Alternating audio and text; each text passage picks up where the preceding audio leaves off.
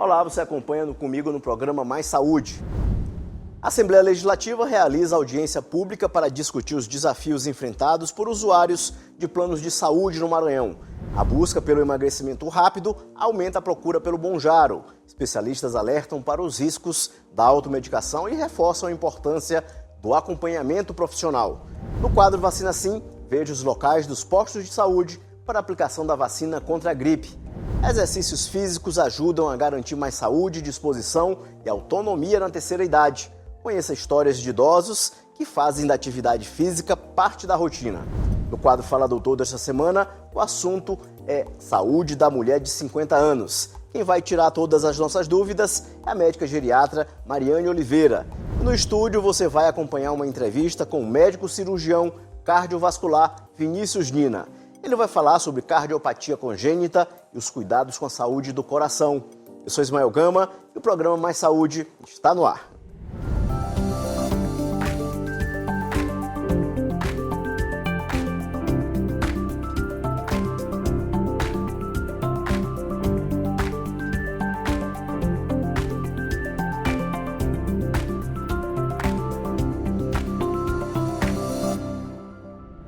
Os desafios enfrentados por usuários de planos de saúde no Maranhão foram tema de uma audiência pública realizada na Assembleia Legislativa.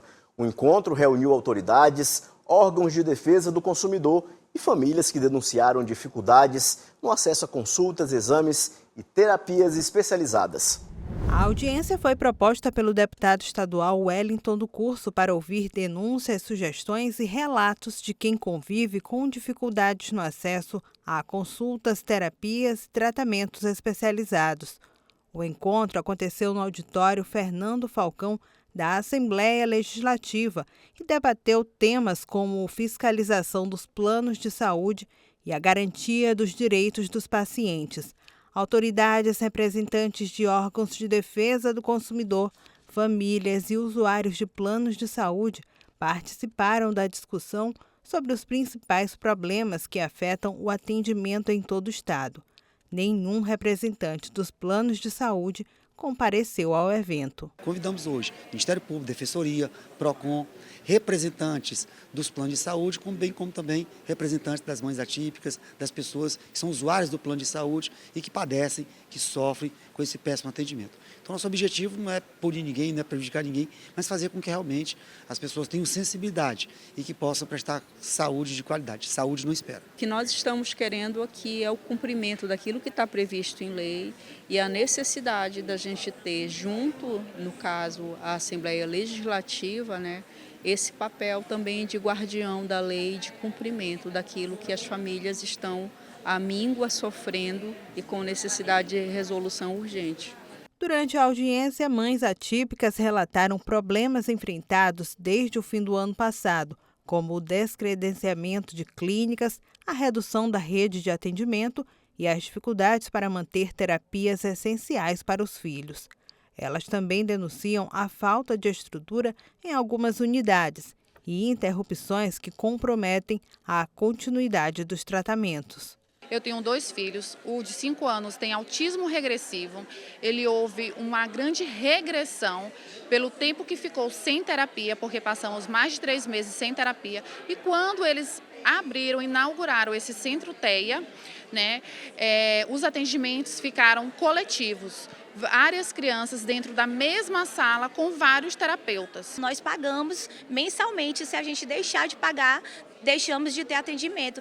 E a gente pagando, ainda não estamos tendo atendimento adequado. E a gente é obrigado a aceitar o que eles estão nos oferecendo para que os nossos filhos não tenham mais regressão do que eles já vêm tendo, As demandas representadas durante a audiência serão encaminhadas aos órgãos competentes. Representantes do Ministério Público, do PROCON e da Advocacia Especializada em Defesa do Consumidor destacaram a importância da atuação em conjunto para garantir o cumprimento da legislação e assegurar os direitos dos usuários dos planos de saúde. Em termos de saúde, e não apenas de atendimentos do profissional para com esses pacientes, em termos sanitários, nós temos ainda um déficit de infraestrutura físico-organizacional dessas clínicas, né, para prestar um atendimento satisfatório a esses pacientes. O Maranhão já tem diversas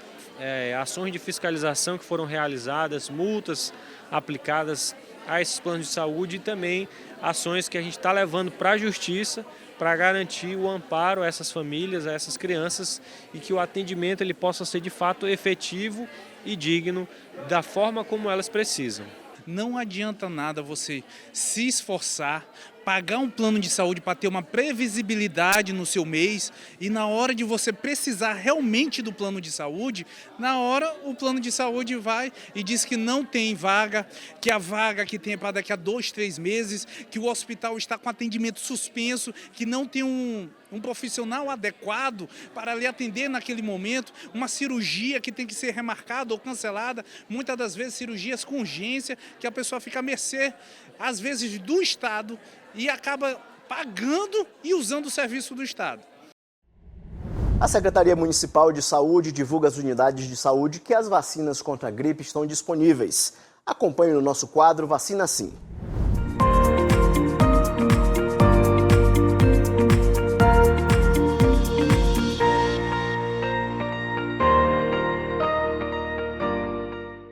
Veja agora as unidades de saúde para tomar a vacina contra a gripe. Centro de Saúde Amar, Centro de Saúde Liberdade, Centro de Saúde São Francisco, Centro de Saúde Turu, Centro de Saúde Coab Anil, Genésio Ramos Filho, Dr. José Carlos Macieira, Clodomir Pinheiro Costa, Vila Nova, Centro de Saúde São Cristóvão, Centro de Saúde Fabriciana Moraes, Centro de Saúde Santa Bárbara e Centro de Saúde Antônio Carlos Reis. E veja também o público-alvo da vacina contra a gripe.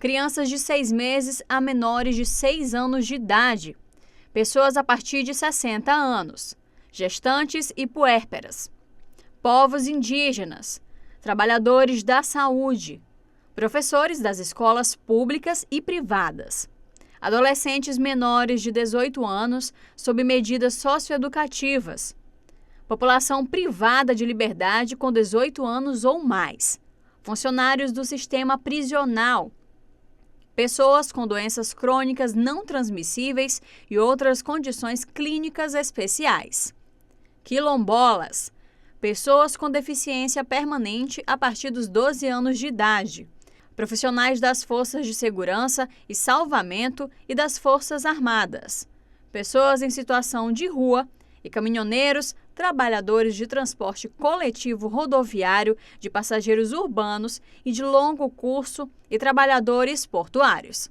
Esse foi o quadro Vacina Sim.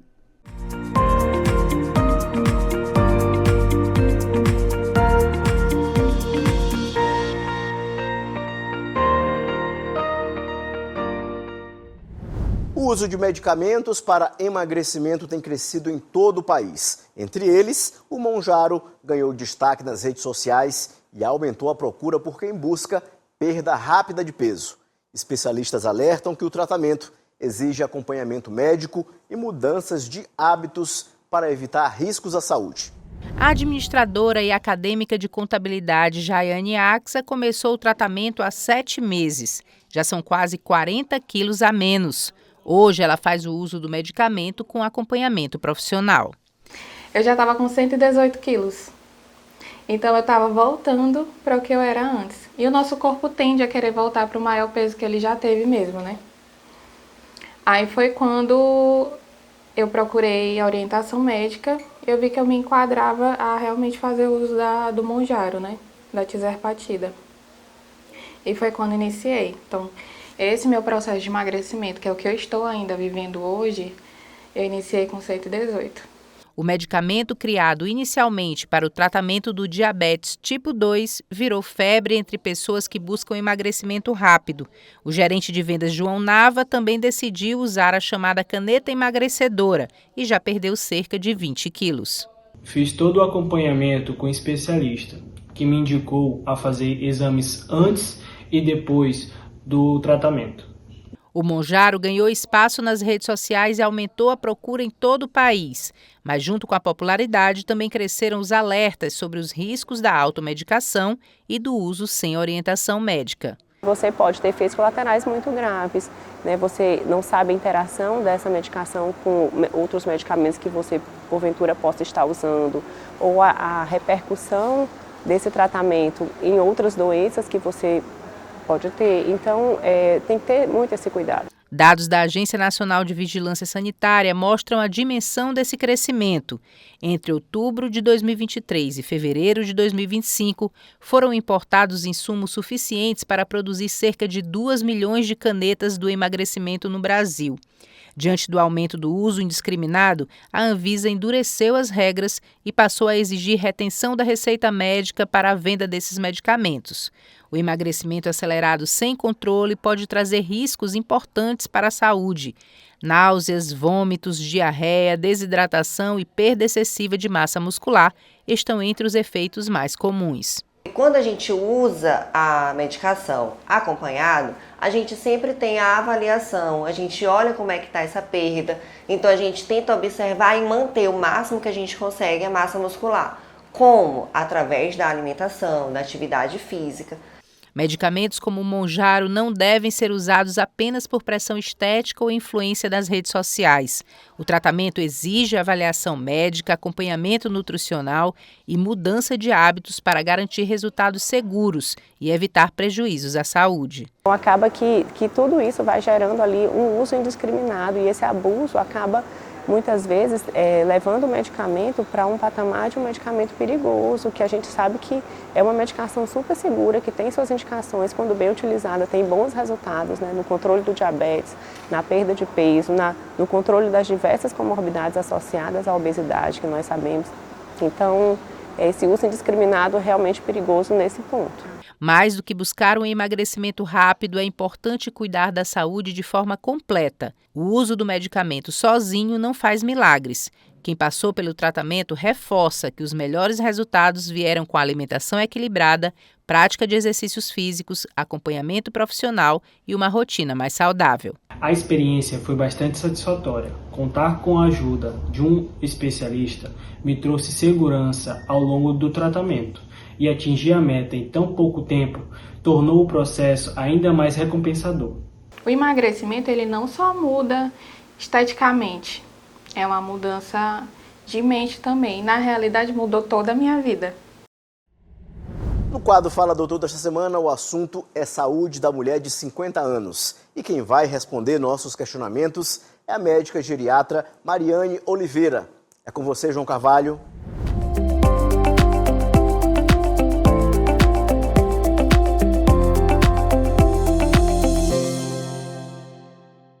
No quadro de hoje, Fala Doutor, a nossa conversa é muito voltada para a mulher que está na casa dos 50, que já passou da casa dos 50 e que percebe, lógico, mudanças no corpo, mudanças no organismo. Para entender isso, o que está acontecendo, que muitas das vezes essa mulher tem dúvida e pessoas próximas também precisam entender o que acontece com ela, é que nós vamos conversar com a doutora Mariane Oliveira, médica geriatra. Doutora, é uma mudança muito grande que acontece no organismo da mulher quando ela entra nessa fase da vida, porque é como se ela se tornasse uma nova pessoa diante do que acontece no organismo dela. Verdade, interessante que essa percepção de que eu estou diferente, de que eu não sou eu mesma, é uma forma de perceber que está iniciando a perimenopausa, né? As mudanças hormonais, as flutuações de alguns hormônios começam a acontecer, mesmo que o exame de sangue não esteja ainda alterado, mas sintomas de insônia, irritabilidade, pode até já entrar um quadro depressivo, um transtorno de ansiedade, ganho de peso, e à medida que isso vai se agravando, você pode ter queda progressiva dos hormônios e ter secura vaginal, alterações na libido, dor na relação sexual, fora os efeitos, né, metabólicos, ósseo, cognitivo, na memória, que essas flutuações acabam resultando. Sobre um desses pontos que a senhora colocou agora há pouco, é natural que a mulher sinta mudança na estrutura do corpo, comece a achar que está ficando mais gorda, que há um quadro de obesidade, isso é natural? Isso é comum, isso é comum.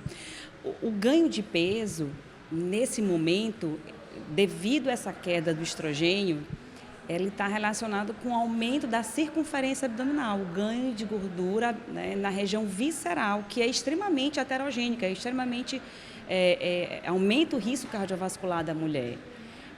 Não é só uma questão estética, né? Então, aí, junto com isso, a gente tem um grande risco de síndrome metabólica, quer dizer, ganho de, não só o ganho de peso, aumento das taxas do colesterol, aumento da glicemia, aumento, né, da resistência insulínica, essa insulina começa a não conseguir fazer efeito. Então, o risco cardiovascular também está muito ligado, sem esquecer do risco ósseo. Você tem uma tendência de perda de massa óssea, você tem um risco maior de demência no longo prazo dessa mulher, devido a essas mudanças realmente hormonais. Nesse caso, o que é indicado, o que a mulher deve fazer justamente quando percebe essa mudança no corpo, já se sente incomodada com esse ganho de peso? Há procedimentos mais rápidos, há procedimentos a longo prazo, o que pode ser feito? Vamos lá. Nós estamos falando de um processo que veio acontecendo, que é comum nessa fase da vida. Então, a gente não vai poder falar de processos rápidos. Tudo que for rápido, gente, na saúde, ele é nocivo. Ele é temporário. Ele pode perder o efeito, né? Então, a gente precisa falar dos pilares de saúde. Aqui, esses pilares, eles vão ser muito importantes. Então, um sono regular. E aí, a reposição hormonal pode ajudar nessa questão do sono, pode ser necessário medicações, higiene do sono adequada. Então, o sono é um pilar muito importante. Tornar-se fisicamente ativo. E aí, nós estamos falando de exercício físico resistido, ganho de massa muscular, exercício aeróbico. Então, não tem como passar pela menopausa sem exercício físico. E eu digo a você, se você não começar agora, lá depois de 70, 80, você não vai conseguir começar. Existe uma resistência muito grande da pessoa idosa para começar a atividade física, exercício físico. Nós temos aí uma boa avaliação de saúde. Será que você está no momento de começar essa reposição hormonal? Você precisa tratar a obesidade com medicação? Porque hoje nós temos ferramentas importantes com efeitos, né, com evidência científica, que vão ajudar no tratamento da obesidade também. A gente tem dentro da parte urogenital, que pode ser uma queixa muito importante, fisioterapia pélvica, né? O uso dos próprios hormônios pode ajudar nesses sintomas urogenitais que a gente chama. As questões de saúde como um todo, de bem-estar, elas vão vir com uma soma de medidas. E eu não posso esquecer da parte alimentar. O tema do estroboloma, que é esse entendimento das bactérias intestinais que fazem essa reutilização do estrogênio, são essenciais na mulher na menopausa. Então, uma disbiose, quer dizer, uma alimentação irregular, que leva a crescimento irregular de bactérias, ele está relacionado a níveis mais baixos de um estrogênio bom, que vai ser ativo, que vai funcionar. Então, disbiose também tem a ver com piora dos sintomas da menopausa, né? Então, é um conjunto de saúde. A mulher precisa de saúde como um todo. Então, não vai ter uma fórmula mágica e algo rápido, mas, assim, mudanças permanentes que você vai levar para o seu envelhecimento, porque o que a gente quer é uma longevidade, é uma qualidade de vida na velhice, é uma pessoa independente, autônoma, que possa viver muitos anos bem, né? Não só uma mulher idosa que está sobrevivendo, mas uma mulher que vai viver bem os anos que Deus permitir a ela e que a saúde também trouxer. O corpo só pode ir bem se a mente também estiver bem. Por isso, também é preciso se preocupar com essa parte. Sim.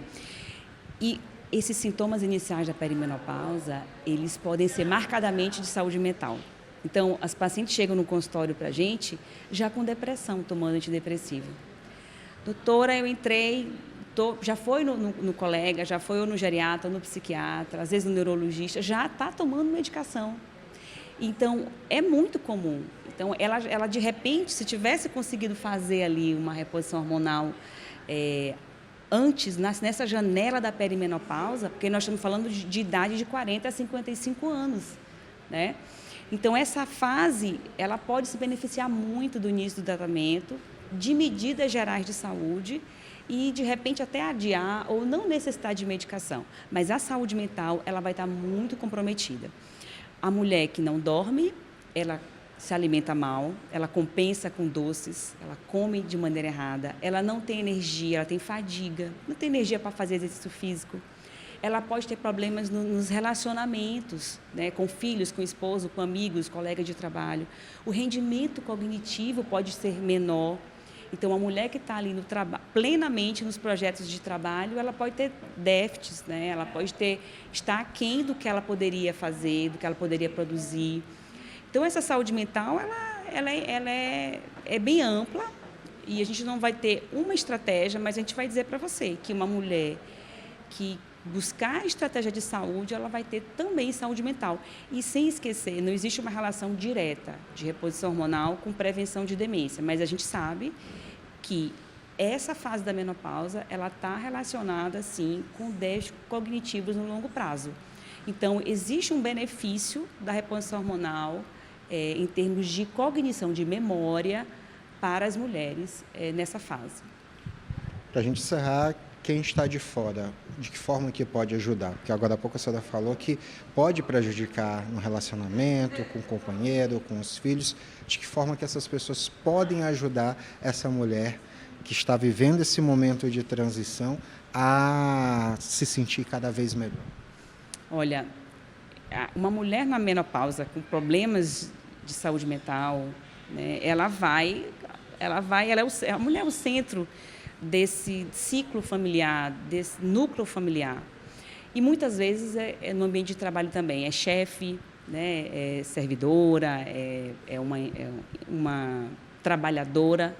Então, essa mulher, todos esses ciclos vão ser importantes. Eu diria que grupos de mulheres, os parceiros, os irmãos, né, os pais, os filhos. Tá? Nessa fase, muitas têm filhos já adolescentes. Então, essa dinâmica de respeitar o sono da mulher, de fazer a escuta, o diálogo sobre esses sentimentos, sobre essas mudanças. Muitas vezes é a família, são os parceiros, os filhos que vão dizer: mãe ou esposa, você está diferente, será que não precisa de ajuda? Você não está bem. Com acolhimento, né, com empatia, a gente vai sempre conseguir alcançar o outro, né? Então, eu diria que essas mulheres precisam ser ouvidas, essas mulheres precisam ser acalentadas, ser estimuladas. Pode ser que você possa ajudar nas tarefas da casa, por exemplo, para poder começar uma atividade física. Então, muitas coisas, às vezes, sobrecarregam nas decisões e nas ações da mulher. Então, uma família que coopera ajuda essa mulher a ter tempo, né? Quando eu entro, cada um dividindo as tarefas de casa. Muitas mulheres são aquelas que coordenam e fazem as atividades domésticas. Então, quando eu distribuo tarefas domésticas, quando eu respeito o tempo de sono, quando eu dialogo, eu estou, sim, favorecendo a saúde da mãe, da mulher que está nesse núcleo familiar. Agradecemos, então, os esclarecimentos. Conversei com a doutora Mariane Oliveira, médica geriatra, que explicou bem como é que se dá esse momento na vida da mulher, que é tão importante para ela e que é preciso também que homens, familiares, amigos respeitem este momento. João Carvalho, para o Mais Saúde.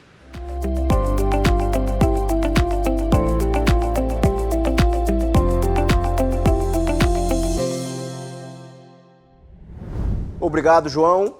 E acompanhe no próximo bloco a importância da atividade física para as pessoas idosas e uma entrevista no estúdio com o médico cirurgião cardiovascular Vinícius Dina. É só um instante, a gente volta já.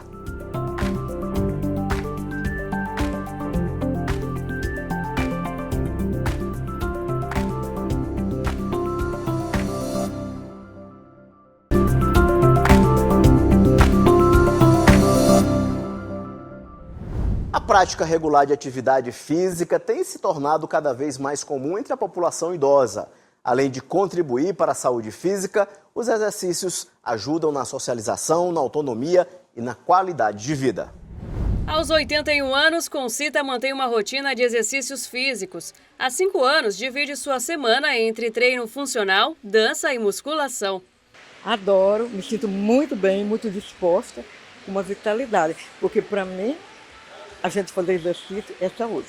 Assim como Concita, cerca de 18 idosos fazem parte deste grupo de treino, que representa uma mudança no cenário das academias e das práticas esportivas que vem crescendo. Cada vez mais, os idosos estão incluindo em sua rotina exercícios físicos. Com o processo de senescência que está constante na atualidade, os idosos eles sentem a necessidade de se movimentar, de praticar uma atividade, de praticar um exercício físico. Porque se é comprovado, ainda mais nesse mundo de pós-pandemia, que o exercício físico é uma das estratégias não farmacológicas mais eficazes. A Organização Mundial da Saúde recomenda que idosos a partir dos 65 anos realizem pelo menos 2h30 a 5 horas por semana de exercícios aeróbicos com atividades moderadas, como caminhada rápida, dança e hidroginástica. E 1h25 a 2h30 por semana, atividades mais pesadas, como natação ou corrida leve. E 2 ou mais dias por semana, pratiquem musculação leve. A profissional de educação física explica que os benefícios são físicos e psicossociais. O idoso, nesse processo de senescência, esse processo de envelhecimento, ele perde músculo, ele perde massa óssea, e isso deixa ele muito fraco e acaba atrapalhando ele e aumentando um risco de queda, por exemplo. E também a perda do equilíbrio. Exercício de força, exercício funcional, ele promove essa qualidade e facilita com que as atividades diárias ele consiga fazer de uma forma mais facilitadora. O idoso ele consegue sentar, levantar de um sofá, sentar e amarrar um cadastro do tênis. A gente pensa que não, mas cada exercício físico ele tem um objetivo e esse objetivo é principalmente promover força e melhorar na atividade dele e da vida diária. E tem a questão psicossocial. Aqui, quando ele chega, ele não vai encontrar pessoas diferentes do mundo dele, ele vai encontrar, pelo contrário, ele vai encontrar pessoas onde vivem as mesmas coisas que ele, que estão em casa, muitos deles já são aposentados, que acabam que a gente sabe que nessa vida corrida, quando a gente se aposenta, tem aquele uau, aquele baque em relação a de não ter o que fazer. Então aqui eles encontram pessoas que partilham dos mesmos sentimentos e aqui gera uma questão social. Quem pratica atividade física sabe que faz muita diferença no dia a dia. A gente faz para manter a saúde. Melhora muito, a gente fica mais ativa, dores que eu sentia na perna, melhora. Tem dia que dói, mas melhora mais, né? E muita coisa, tudo na vida melhora com a ginástica. Movimentar o corpo é um forte aliado do envelhecimento saudável. Seu Eliseu Freire, ex-militar, é um bom exemplo. Aos 86 anos, ainda se garante na barra fixa.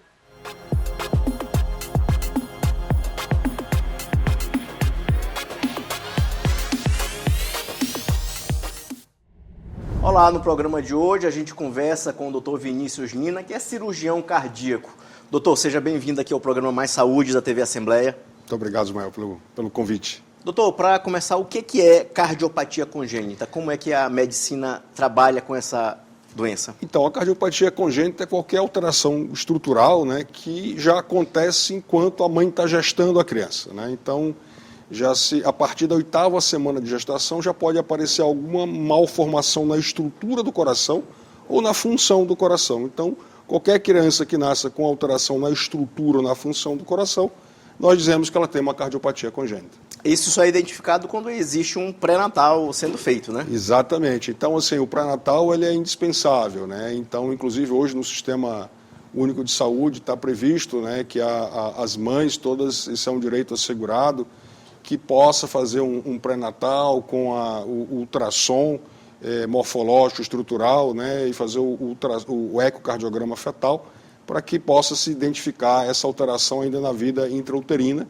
e a depender da complexidade que essa criança vai ter, porque às vezes a criança nasce com uma cardiopatia relativamente simples, que pode aguardar, outras requer uma intervenção logo que nasce.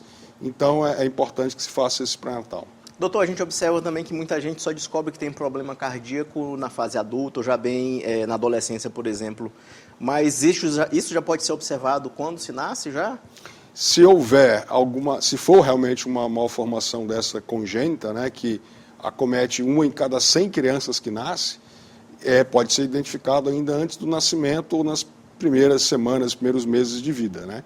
Isso se tratando das cardiopatias congênitas. Agora, as outras doenças do coração, essas a gente chama de adquiridas, né, que acontecem ao longo da vida e aí envolve uma série de outros fatores, como hábitos alimentares, história familiar, que é a história, por exemplo, daqueles pacientes que têm obstrução nas artérias do coração, que pode vir ter um infarto e tudo. Então, é uma situação diferente. Isso aí já acontece numa fase mais tardia da vida. Doutor, o dia 12 de novembro é uma data especial para o coração. Por que ela foi escolhida? 12 de junho. De junho, na verdade. Então, o 12 de junho é o dia dos namorados, né? Então, foi com uma proposta de engajamento do público, de um modo geral, né? Para despertar, o Dia dos Namorados é o dia do afeto, então surgiu um slogan, namore essa ideia. Então, para conscientizar não só os profissionais de saúde de um modo geral, né, que possam estar envolvidos, mas também os pais, para que possam fazer o diagnóstico, para que possam fazer aqueles que querem ser pais, né, e mães, que façam o pré-natal. Então, é um momento de engajamento, de conscientização. Então, isso tem todo um apelo emocional, e então as duas campanhas caminham juntas, né? O Dia dos Namorados e o Dia da Conscientização da Cardiopatia Congênita. Doutor, você é professor da Universidade Federal do Maranhão, do curso de Medicina, e também trabalha no Hospital Universitário. Recentemente foi feita uma ação no Hospital Universitário. Que ação foi essa? Então, nós participamos, né, tivemos a felicidade de colaborar com um grande projeto, né, que, junto com a Faculdade de Medicina da USP, que foram das cirurgias colaborativas. É um projeto que se chama telemonitoramento do ato cirúrgico. Então, na realidade, nós somos convidados a participar para mostrar que esse projeto era viável, factível, reprodutível. Então, hoje ele já está em outros 4 estados do Brasil, na forma de um projeto do SUS, de um PROAD SUS, em que as equipes que estão em locais remotos do Brasil possam ter a colaboração de equipes que estão há mais tempo fazendo esse tipo de procedimento, que tem expertise, que tem mais experiência. Então, é uma interatividade que usa a internet das coisas. Então, toda a sala cirúrgica ela está conectada em tempo real, áudio, vídeo. Então, as equipes operam como se tivesse todas as duas equipes na mesma sala. A medicina evoluiu muito em relação à tecnologia. Sem dúvida nenhuma, a tecnologia vem permitindo encurtar essas distâncias, né? Então, esse projeto, nós operamos aí 50 crianças nesse projeto, né, de forma colaborativa, e realmente ele se mostrou muito projeto factível, reprodutível, tanto que já no Amazonas, em Minas, na Paraíba, ele já está funcionando de forma rotineira como um projeto do PROAD SUS. Doutor, em relação ao diagnóstico, quando ele acontece, tem que ser informado a família, como é que passar essa informação de uma forma humana? Porque assusta, né? Assusta, né? Tudo aquilo que diz respeito ao coração assusta muito, né? Então, isso causa uma ansiedade, né, muito grande nas famílias, nas mães, nos pais. Então, a gente tem que sempre trabalha nessa forma multidisciplinar, né? Então, a gente nunca trabalha sozinho. Então, nós temos psicólogos, assistentes sociais, fisioterapeutas, terapeutas ocupacionais.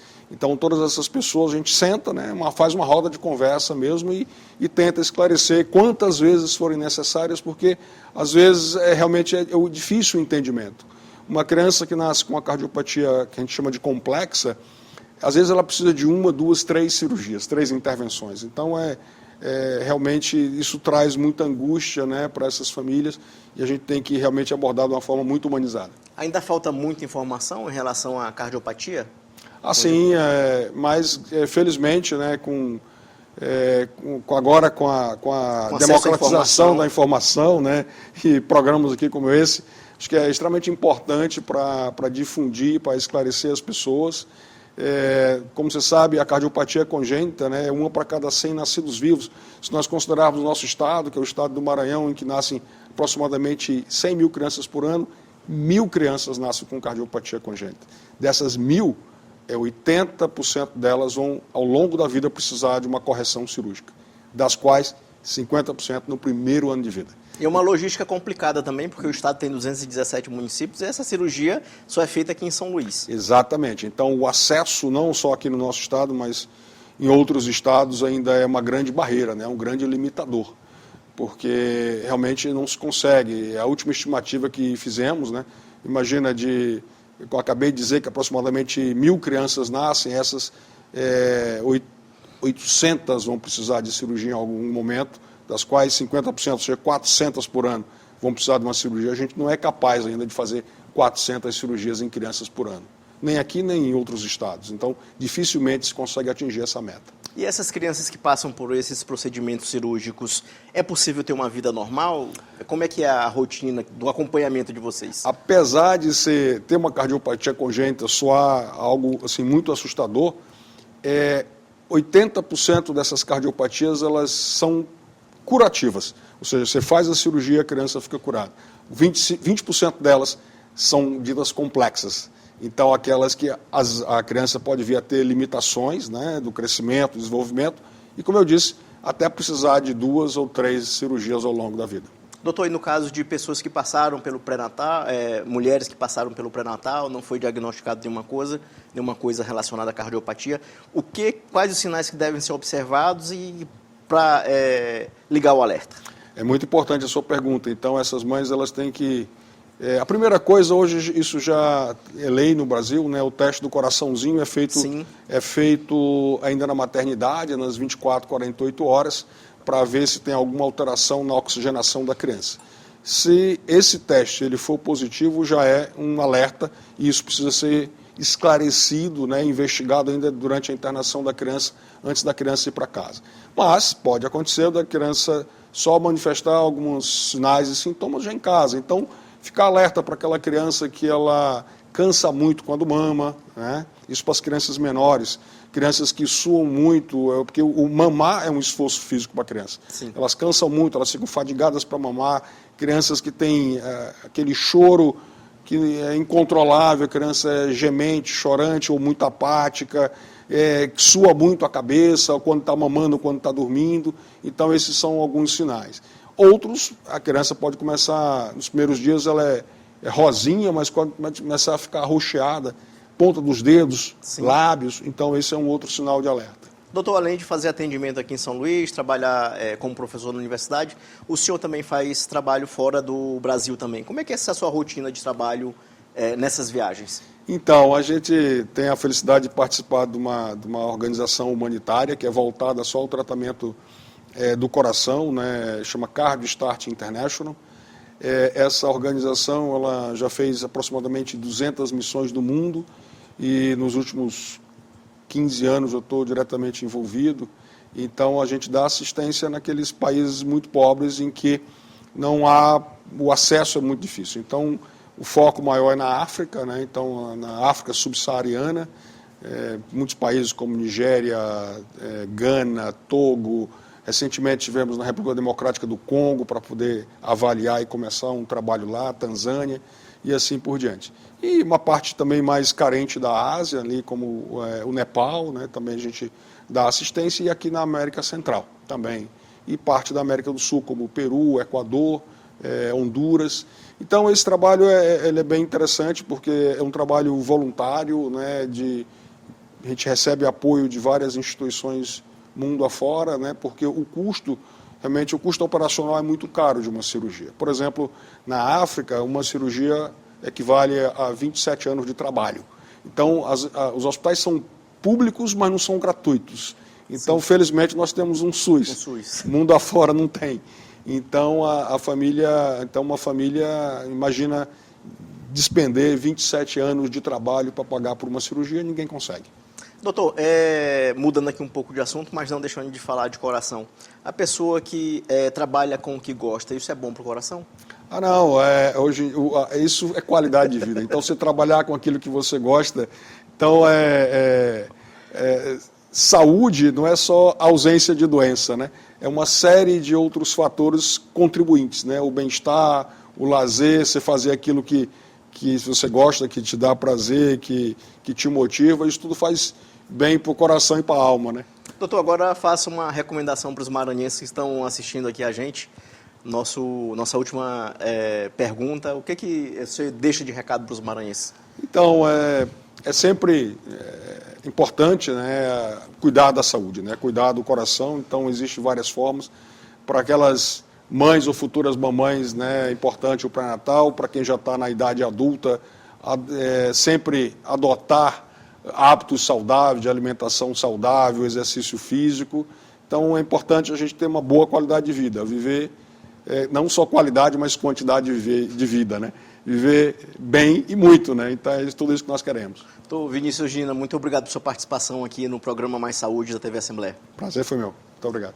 Esse foi o nosso programa Mais Saúde de hoje. Para você, um bom início de semana e a gente se encontra no próximo domingo, às 9 da manhã, aqui na TV Assembleia.